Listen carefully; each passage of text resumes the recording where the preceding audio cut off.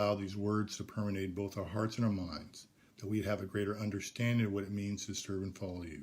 This we do pray in your Son, blessed and holy name, Jesus Christ. Amen. In terms of background, before we talk directly about Hosea chapter 8, if we look at chapters 4 through 8, we see a continuation of unfaithfulness by the Jewish people. Again, as a quick reminder, Israel is composed of 12 tribes.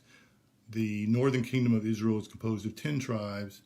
In contrast, the southern kingdom of Judea is composed of only 2 tribes. However, as we see throughout the Old Testament, both kingdoms were disobedient at times to God. First, looking now at chapter 8, there is one major overarching theme that continues in chapter 8 that first began in chapter 4, which is simply this, that the disobedience of the Jewish people in turn causes what? Separation from God. Beginning first now with Hosea chapter 1, I'm going to highlight a few verses, and starting again with verse 1 is, set the trumpet to your mouth, he shall come like an eagle against the house of the Lord, because they have what? They have transgressed my covenant. The phrase, the trumpet blowing, is the forecast of the impending doom. It is Hosea who is blowing the trumpet to proclaim punishment upon the Jewish people. Why? Because the Jewish people were unfaithful to God and his teaching. They have turned their back on God. They have begun to worship demon spirits.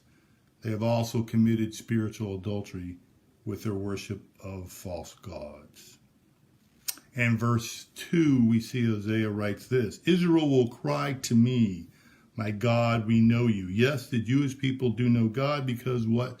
They have his law. They have his law because it was given to them by who? By Moses.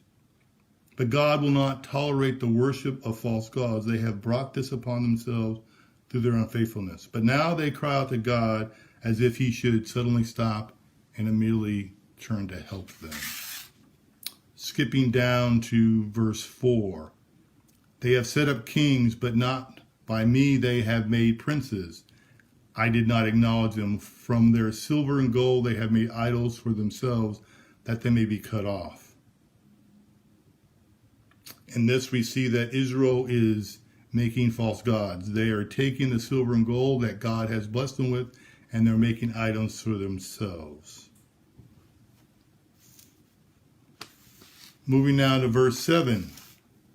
It reads as this, they sow the wind, they reap the whirlwind, they stalk like no bud, they shall never produce meal. If they should produce, aliens will swallow it up. Israel is being swallowed up by who? By